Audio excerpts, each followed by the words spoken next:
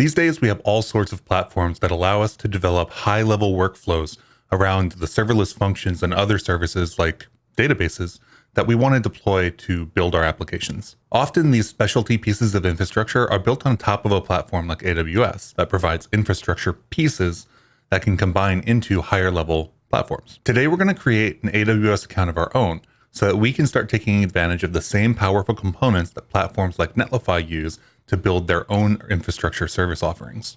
First, we'll head off to aws.amazon.com and click either Create an AWS account or Create a free account.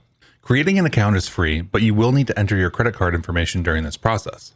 You won't be charged for anything unless you deploy infrastructure. The first account we'll be creating is the same sort of account you get anywhere. It has access to everything inside of AWS, including your billing details and the ability to deploy new infrastructure. AWS is slightly different though. We have the ability to create additional sub-accounts that can have as much access or as little access to our AWS account as we want. When we work day-to-day with AWS, we'll use one of these sub-accounts, so the root account we're creating now won't actually be used very often. Enter an email address and an account name for the root account. If you're bad at CAPTCHAs, like me, you might have to pass 1 or 2 or 3 to create an account. AWS will send a verification code to your email, which needs to be input on the next page. This will validate your email address, at which point we can choose a password and on the next page, some contact information. This is when you'll have to enter your credit card information. And after that, your phone number for another verification step and possibly another CAPTCHA. AWS will then ask you to pick a support level. We'll opt for the free tier as we won't be needing AWS support and complete our sign up. With our sign up completed, we can sign in with our root user account. And of course, maybe some more CAPTCHAs. After logging in, you'll see the AWS dashboard. There won't be much here now, but as you use more services, they will tend to end up here. As a short aside, when accessing AWS services, it is often done by using 2 values, an access key and a secret key. If we were to say, commit the root account's access key and secret key to GitHub accidentally while working on a project, our account could become compromised permanently. This is why we don't use our root account for our day-to-day operations. Since the root account has access to everything, we'll secure it using multi-factor authentication. Go to the security credentials in the top right account dropdown, open the multi-factor auth tab, and click Activate MFA.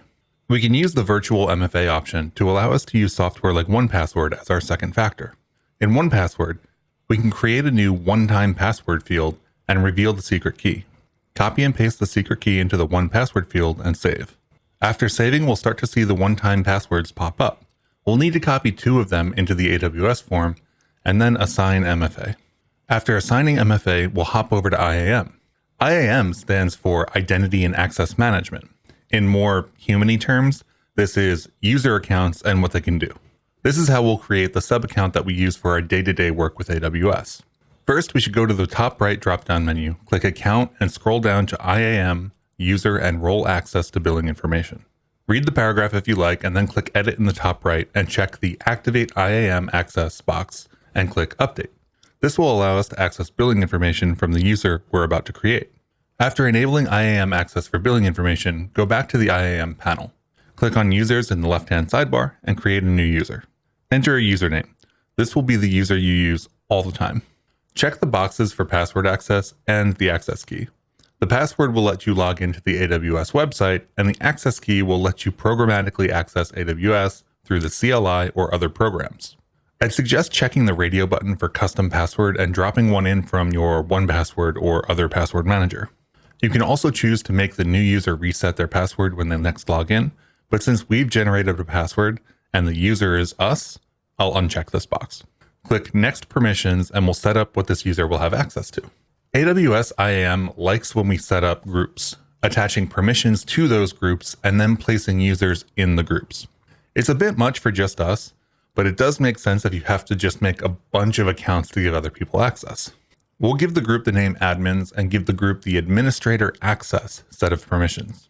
This gives the users in the admins group access to do pretty much anything. But why then are we creating a second account if it can basically do anything our root account can? Well, going back to our example, if you accidentally commit the credentials for a second account to GitHub, you can use the root account to disable the second account. When it comes down to it, the root account is your failsafe. If anything goes wrong with any of your sub-accounts, if you lose access to them, etc., Those other accounts cannot manage the root account.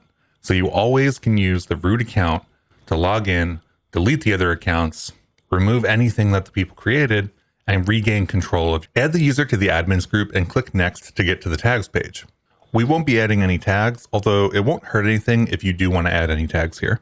Finally, we can review our new user and click create user. The next page is very important. It is where you'll find the new user's access key and secret key. Copy these values out and store them in 1Password or another password manager.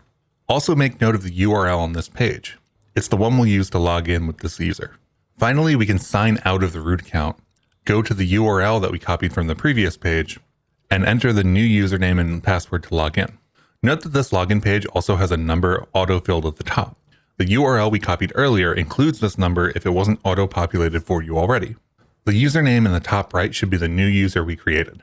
You can now go between various AWS services like DynamoDB if you want to, and otherwise just take a look around. Congrats, you now have a functioning AWS account and a backup plan just in case anything goes wrong.